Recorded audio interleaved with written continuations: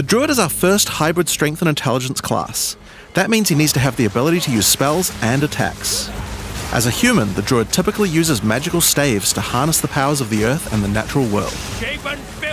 One of the first skills you will learn is the ability to create small volcanoes from the earth. This skill spits out balls of magma at your enemies, and will continue to do so for some time. While the volcano is active, turn into an animal and wade into melee range. Many of the skills you use as a human last for a significant period of time, giving you a good chance to turn into an animal and rage out. But how do you turn into an animal, you may ask? Well, the answer is a new weapon type that Druids use, animal talismans. When you equip an animal talisman, you can choose which animal form you would like the talisman to represent. Depending on what you choose, you'll be given that animal's basic attack as a new skill to equip. For a bear, that's Maul. To turn into a bear, simply use the skill. Your character will instantly transform into a bear and attack. If you want to change back to a human, just cast a spell. You will instantly swap back and cast it. We wanted to make sure that swapping between forms was seamless and immediate. Changing forms should be something that you do without even thinking about it all the time in battle. In order to allow for hybrid melee and caster gameplay, most of the skills you use in your human form last for some time and aid your animal skills in some way. The volcano we used earlier will emit more molten balls whenever you hit it with a slam, making it perfect for use with your bear form's furious slam. While in bear form, many of your abilities use rage. There are a lot of ways to generate rage, but the easiest one is simply smash your enemies with Maul.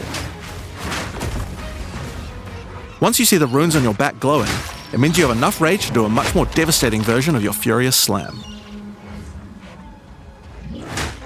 Your bear form can also go on a rampage, stomping the ground as you demolish your foes. The more rage you have, the longer the rampage lasts, and doing it over a volcano makes it even better.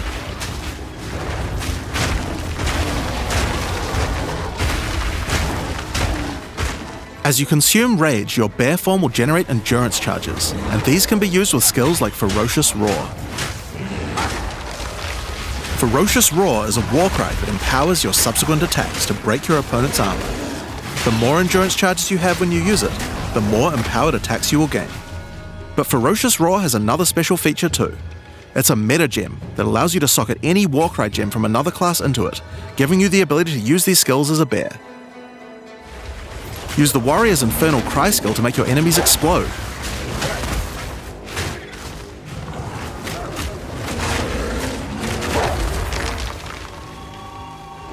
Or use Seismic Cry to stun your enemies and double up the number of slams you do.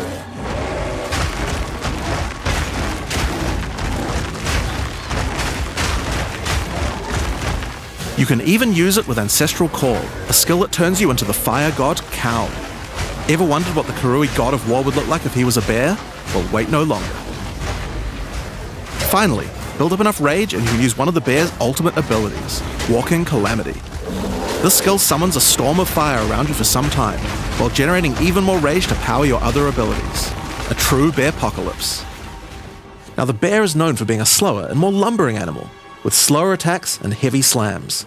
But what if you want to turn into something a little more nimble? Well, let's check out the second animal form for the Druid, wolf form. For the wolf form, we wanted to go fast and furious. Even just the wolf's basic attack will leap forward and rake his foes.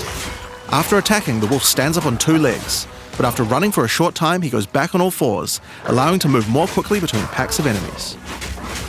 The wolf has a lot of cold attacks based on his association with the moon, and the first of these is Lunar Assault. It's great for freezing your enemies in place. After they're frozen, use your basic rake attack to knock shards of ice off your enemies, which land on the ground nearby and explode. If you want to get into battle quickly, you can use your pounce attack. This skill leaps at a target and applies a mark to them. Killing the marked enemy will summon a wolfman into your side, allowing them to fight with you. Mark and kill as many enemies as you can to build up a sizable pack. While an enemy is marked, your wolves will prioritize that target and do more damage the more wolves you have, so make sure you keep your pack strong. Now, one problem you might run into is your wolf pack dying in boss fights. You often don't have any enemies that you can mark and kill in order to regenerate your pack. To deal with this problem, you can use Cross Slash.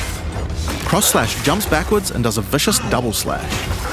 Any marks on your target explode and triggers their abilities. This allows you to pounce to mark an enemy and then summon a wolf even without killing it.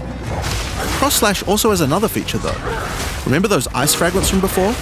Well, Cross Slash will propel any ice shards on the ground towards its central target. First, freeze your enemies with Lunar Assault. Then rake them to create as many ice fragments as you can. Then follow up with Cross Slash to generate a field of icy explosions to obliterate your enemies. If they're still alive after that, your pack of wolves can finish them off.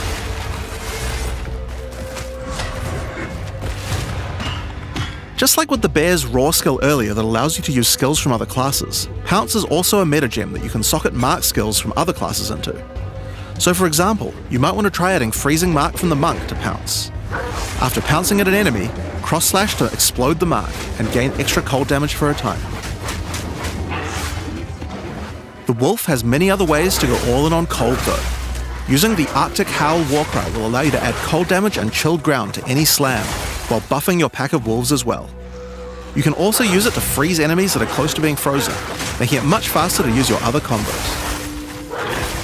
Finally, the wolf also has the ability to call down the power of the moon to transform into an Arctic werewolf with Lunar Blessing. In this form, you move and attack more quickly and deal extra cold damage. Consuming Rage will extend the duration of your Arctic wolf form, so you could try a hybrid bear and wolf build if you want to utilize the skill to its full effect.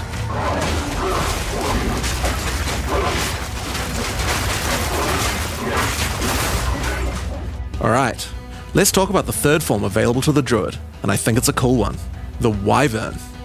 The Wyvern has a number of long-range breath abilities, but that doesn't mean you can't get into melee range when you want to. The basic attack of the Wyvern is Rend.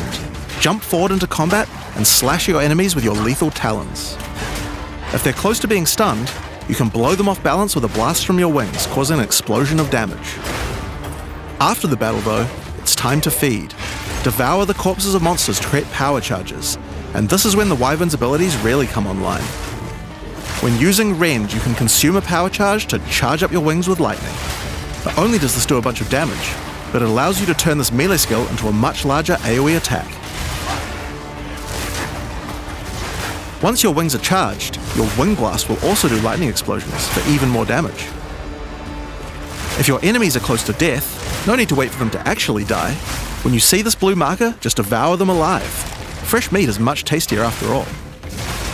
Alright, so those are some melee options, but how about range?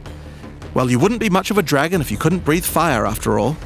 Rolling Magma is the first of the Wyvern's breath attacks. Spit balls of fire that bounce along the ground.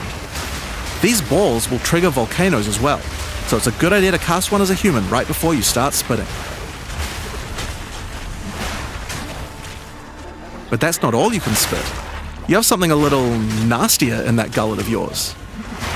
Spitting a barrage of oil at your enemies will cover them in a viscous sludge that makes them easier to ignite.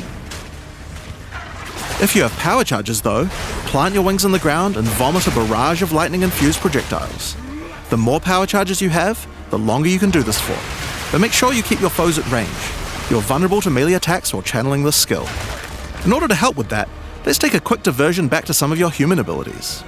As a Druid of Scoth, you have the ability to harness the power of nature to create entangling vines to slow down your enemies. Another of nature's punishments is the thunderstorm. Creating one of these will create periodic strikes of lightning from the sky, and will also make your enemies wet. Why is that useful? Well, of course, things that are wet are easier to shock. Use it with lightning damage from your Wyvern form to enhance your damage. Making things wet also makes them easier to freeze, so it works nicely with your wolf form as well. And you know what else likes water? Plants. Water your plants to give them various extra abilities. Use Lightning Storm with Entangle to make them last longer, and attach more vines to each enemy, slowing them further. Summon Thrashing Vines to slam at your enemies for a time. Any that are created in water will be larger and deal more damage. Now then, with our enemies sufficiently subdued with our plants, time to really lay into them with our lightning-infused barrage. Now, this last Wyvern ability is just ridiculous, but we felt like we had to do it. Use Flame Breath to take to the skies and rain down a stream of fire on your enemies. You have wings, so we have to take full advantage of them after all, so fly around and burn in it.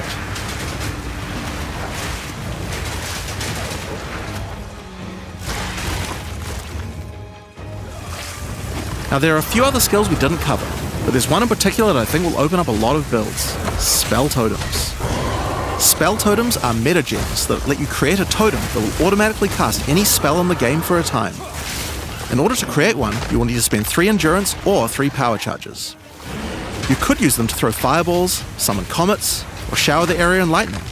Really, the options are kind of endless. Your bear form can easily generate endurance charges by consuming rage, and your wyvern form can easily create power charges by eating corpses. So it's pretty easy for the druid to get the charges needed, but they're also available from quite a few other places as well.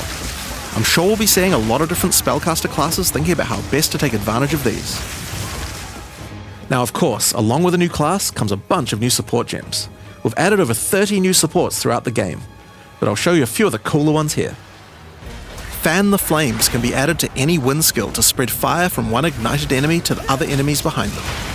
It's great for the wyvern's Wing Blast, but you can also use it on many other classes with wind skills, like the Twisters on the Huntress, or the Monk's Staggering Palm Projectiles. Accelerated Growth causes extra explosive plants to erupt from the ground whenever you grow plants with rain. And Advancing Storm changes storm skills like your Thunderstorm or Tornado to move across the battlefield. It's great for watering plants en masse, or to turn tornadoes into a real disaster by sucking up multiple ground effects as they travel along.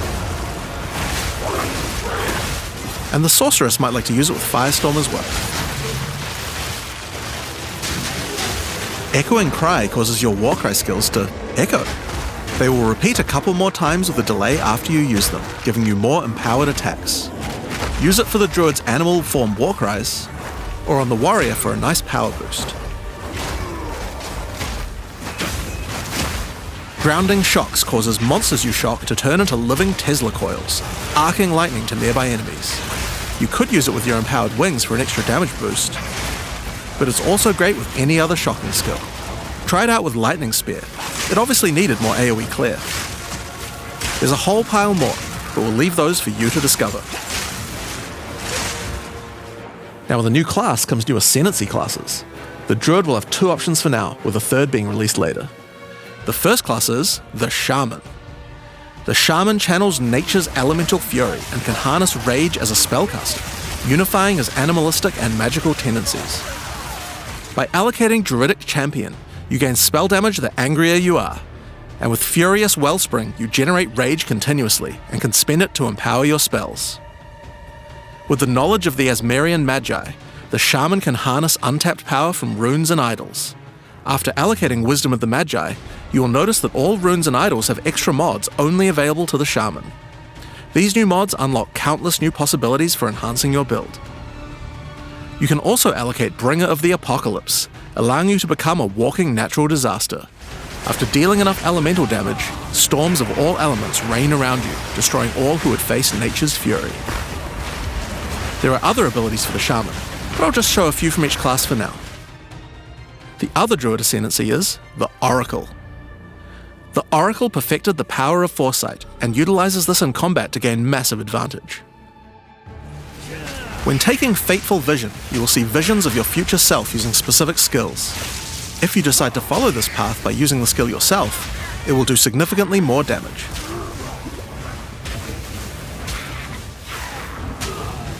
And with Converging Paths, at a critical moment in battle when a monster is vulnerable to freeze, stun, or electrocution, the Oracle can use Moment of Vulnerability to see a vision of the enemy's future, and then merge it with the current timeline, allowing him to deal damage to both. And one of my favorites, when you first become an Oracle, you'll notice over 130 new extra passives appear in the Druid section of the tree. By allocating the Unseen Path, you use your power of foresight to learn from alternate futures and gain skills that would otherwise be unavailable to you. For example, self-sacrificing allows you to be able to summon more minions by reducing the spirit costs, with the trade-off of making your reservation skills cost more spirit. Or Corruption Endures, which allows oracles to have a small chance to avoid death. Both the Druid Ascendancies offer interesting and unique ways to gain modifiers that no other classes can get, so we're expecting a huge variety of build possibilities from these. Now there are unique talismans for the Druid to use as well. We won't spoil all of them, but this one was particularly cool. Fury of the King turns your bear form into a fire demon, converting most of your damage to fire.